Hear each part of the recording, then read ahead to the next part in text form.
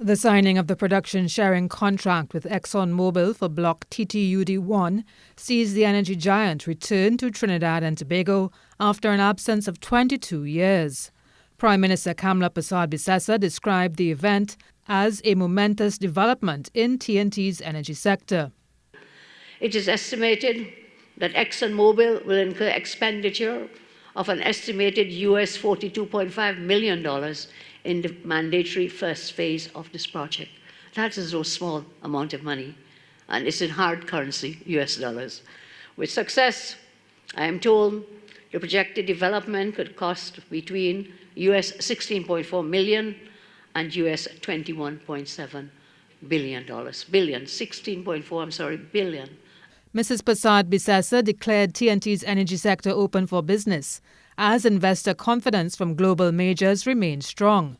To ensure there is strong momentum in exploration across all domains, including deep water, shallow water and onshore, the Prime Minister has given a mandate to the Ministry of Energy and Energy Industries.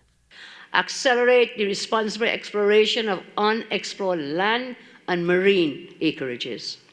Continuously improve acreage award processes and undertake a comprehensive review of the oil and gas taxation regime to ensure TNT remains an internationally competitive hydrocarbon province. Mrs. Persad-Bissessar said the government's principle is simple. Investment goes where it is welcomed and stays where it is well treated.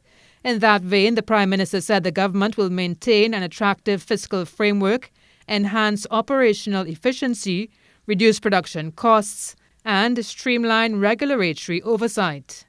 Remove administrative bottlenecks. This is what I was saying to you. Remove the administrative bottlenecks. A piece of paper from one desk to another takes 2 months.